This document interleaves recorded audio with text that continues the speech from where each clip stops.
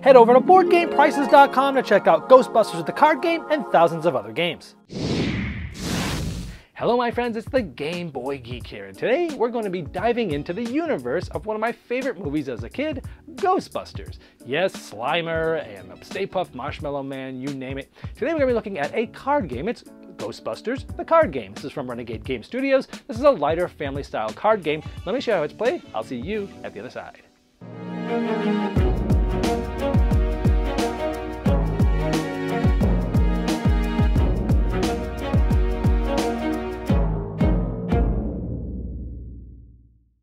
In Ghostbusters the Card Game, you're going to be playing cards from your hand as action cards as the Ghostbusters and trying to catch all sorts of different ghosts. Let's show you how it works. The game is played over 3 rounds and you're trying to collect the most points by gathering specific ghosts with different values and trying to do some set collection that I'll tell you about a little bit later. There's a ghost trap that starts around the clock face, and on your turn you're going to play some different action cards to move this around and collect different ghosts. Now the action cards in your hand can do different things. You'll have 3 of them. Some of them just move the ghost trap a certain direction, like in this case, 3 spaces clockwise around the ghost tower. In that case, I would just go 1, 2, 3, and I would be able to collect this. So I collected this jumpsuit, and it tells me at the end of the game, these are equipment types. At the end of the game, you'll score 2, 6, or 12 points for having 1, 2, or 3 different gear cards. So if at the end of the game I also have this proton pack, then that would allow me that these 2 cards are now going to be worth a set of 6 points. So that's one of the types of set collection that you can get in this game, are the different equipment. Now on your turn, you have 2 actions. You can either play up to 2 cards, or if you don't like one of the cards, you can discard the card and draw another one, but that's one of your 2 actions. So you're either discarding a card and gathering a new one from the deck, or you're playing a card and you have 2 actions per turn. And some of the other things are like swap the positions of any 2 cards in the circle, or move the ghost trap to any value 2 ghost. Now these ghosts have a couple of different things. They have a name, a picture, they have a value. These are going to be worth straight points at the end. They also have sort of a series number that you're trying to put in order. This is a 6, and you're trying to get runs of like 3, 4, 5, 6, things like that. Some of these actually also have abilities that we can go over a little bit later. Now after you collect a ghost, it just moves in this direction. This can be changed by certain cards. Now let's say I played this one for my second one, which allows me to move to any value 2 ghost.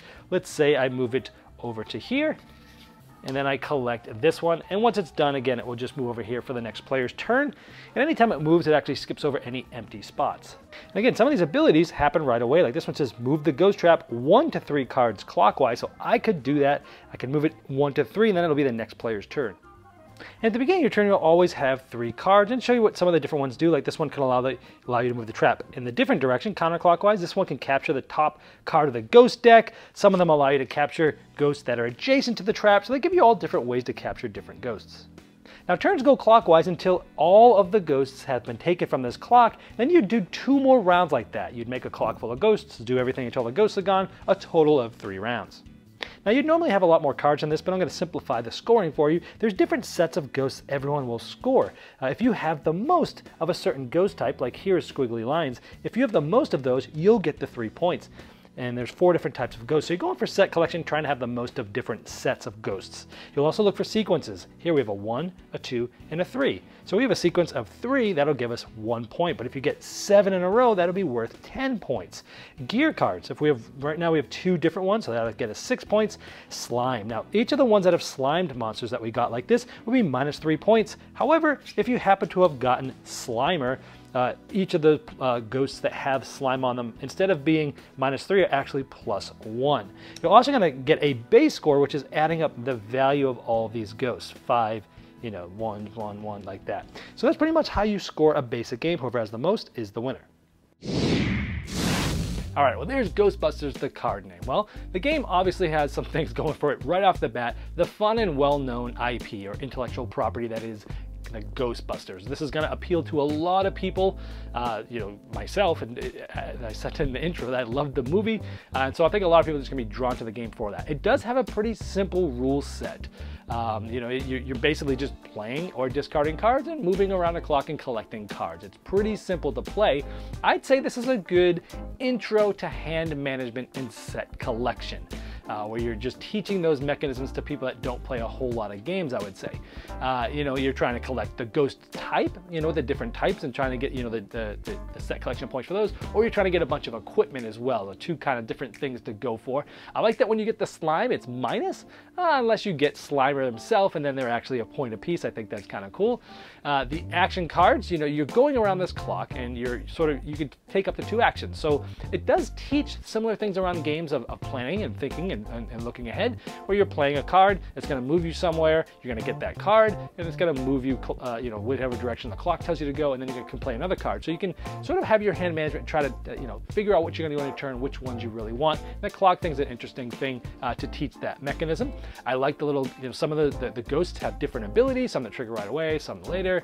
And so all in all, it's a decent package for, I'd say, lighter gamers. Now I think this game, the only negative here is I'd say, you know, this game really does belong in a mass market store. It's got the mass market theme.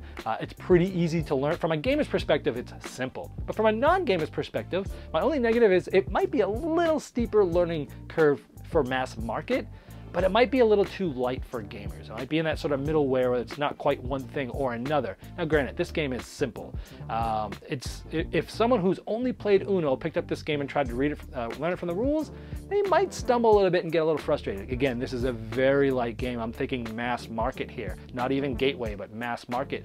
But again, don't get me wrong, this is a super light game. Any gamer watching this could read these rules and play it in an instant and teach to anybody.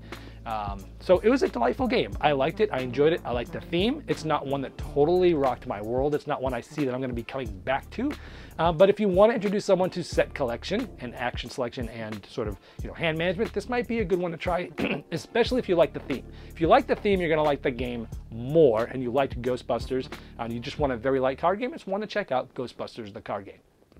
Upgrade your gaming experience with Game Toppers, and until the end of the year, with the huge Christmas sale, get 15 to 20% off accessories, thematic mats, storage bags, and rail bundles while supplies last at GameToppersLLC.com.